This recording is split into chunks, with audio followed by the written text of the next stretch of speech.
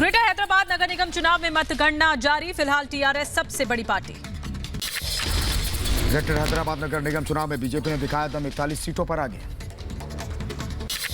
कर्नाटक के बाद तेलंगाना में बीजेपी का दमखम, इतिहास बनाने की तरफ बढ़ता कमल। निकाय चुनाव में बीजेपी ने दिखाया दम, टीआरएस और ओवैसी को कड़ी टक्कर। 2016 में जीती थी 4 सीटें। हैदराबाद नगर निगम के अब तक के रुझानों पर बोली बीजेपी। हैदराबाद की जनता ने साबित किया कि वो बीजेपी के साथ है। हैदराबाद के निकाय चुनाव को लेकर बीजेपी में उत्साह। बीजेपी नेता किरीट सोमैया ने किया ट्वीट, हैदराबाद में जीत का दावा किया। हैदराबाद में निकाय चुनाव के नतीजों को लेकर जश्न का माहौल है। टीआरएस पार्टी के कार्यकर्ता में खुशी। तेलंगाना भवन में जश्न का माहौल, जीत को लेकर आश्वस्त हैं टीआरएस पार्टी के कार्यकर्ता। जम्मू कश्मीर में डीडीसी चुनाव के तीसरे चरण का हुआ मतदान। जिला परिषद चुनाव के तीसरे राउंड में 32% मतदान। जम्मू कश्मीर में 18 जिलों की 33 सीट पर हुआ मतदान। दोपहर 2 बजे तक डाले गए वोट।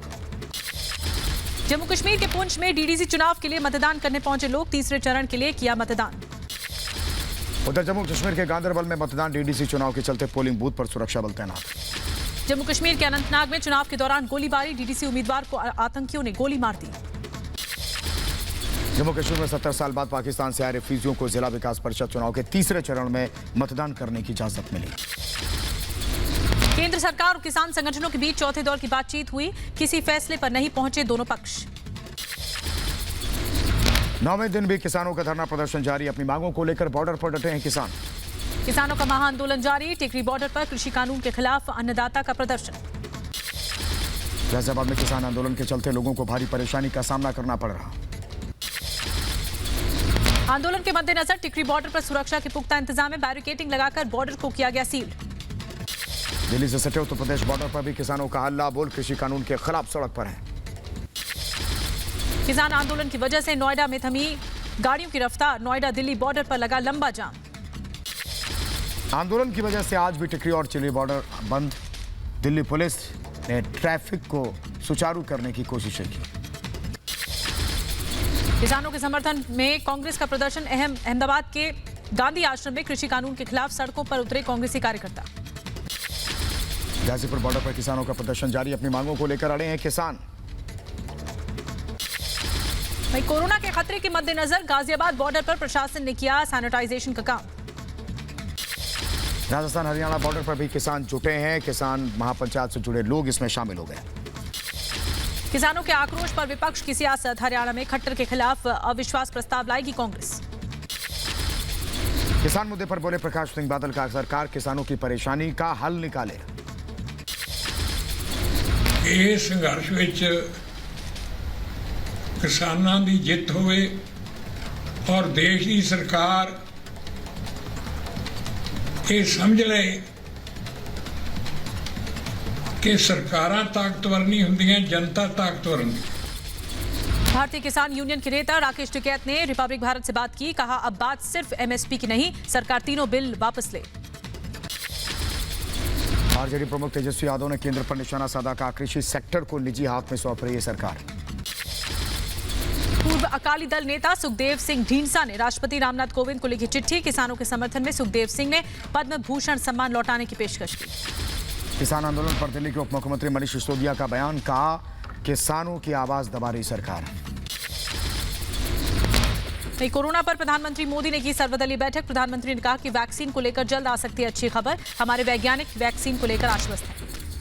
अपने संबोधन में प्रधानमंत्री ने बताया कि सबसे पहले स्वास्थ्यकर्मियों और बुजुर्गों को दी जाएगी कोरोना की वैक्सीन। रिजर्व बैंक का अनुमान साल 2021 में 7.5% रहेगी जीडीपी ग्रोथ। स्मृति ईरानी ने रोशनी घोटाले को लेकर गुपकार गैंग पर निशाना साधा। का गरीबों को लालच देकर जमीन हड़पी। पालघर साधु हत्या मामले में दूसरी एफआईआर दर्ज। दादर नागर हवेली में दर्ज की गई एफआईआर।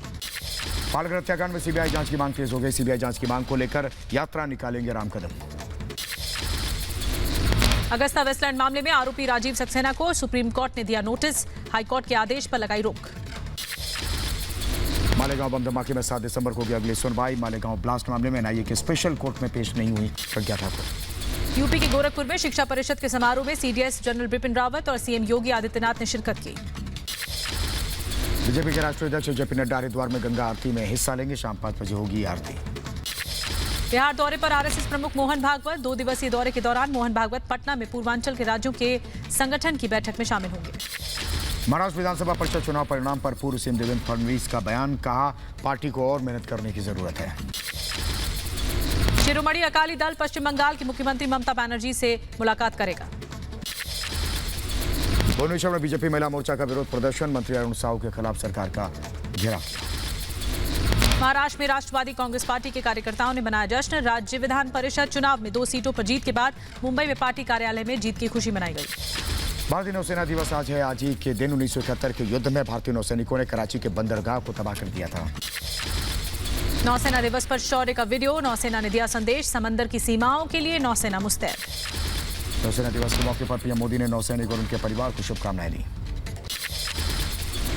नौसेना दिवस पर राजनाथ सिंह ने ट्वीट कर नौसेना को बधाई दी।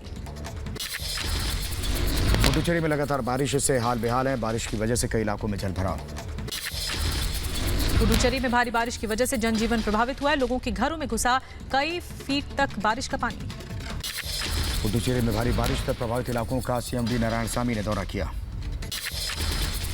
चक्रवाती तूफान बुरेवी के प्रभाव के चलते केरल के कोझिकोड में तेज हवाओं के साथ लगातार बारिश से हाल बेहाल। चक्रवात बुरेवी की वजह से थमी चेन्नई की रफ्तार भारी बारिश हुई। केदारनाथ धाम में 5 फीट से ज्यादा तक बर्फबारी हुई है। भारी बर्फबारी के कारण केदारनाथ धाम के पुनर्निर्माण के कार्य ठप पड़े हैं। राष्ट्रीय राजधानी दिल्ली में प्रदूषण के स्तर में कोई सुधार नहीं। दिल्ली में वायु गुणवत्ता की स्थिति अब भी बहुत खराब। दिल्ली एनसीआर में छाई धुंध की चादर, विजिबिलिटी कम होने की वजह से लोगों को परेशानी का सामना करना पड़ा। देश में कोरोना मरीजों की संख्या 95 लाख के पार हो गई है। 24 घंटे में देश में कोरोना के 36,000 नए मामले। वहीं दिल्ली में बेकाबू कोरोना, 24 घंटे में 3,000 से ज्यादा रिपोर्ट पॉजिटिव आई। महाराष्ट्र में नहीं थम रही कोरोना की रफ्तार। एक दिन में 5,182 नए कोरोना के केस सामने आए।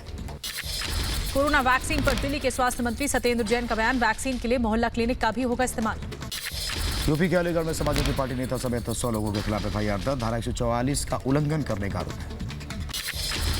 तमिलनाडु के रामेश्वरम में 3 दिन के अंधेरे के बीच रहने को मजबूर लोग। 3 दिन से रामेश्वरम में बंद है बिजली की सप्लाई। यूपी के मऊ में लव जिहाद का मामला सामने आया। शादी से 1 दिन पहले युवती का अपहरण कर धर्म परिवर्तन किया गया।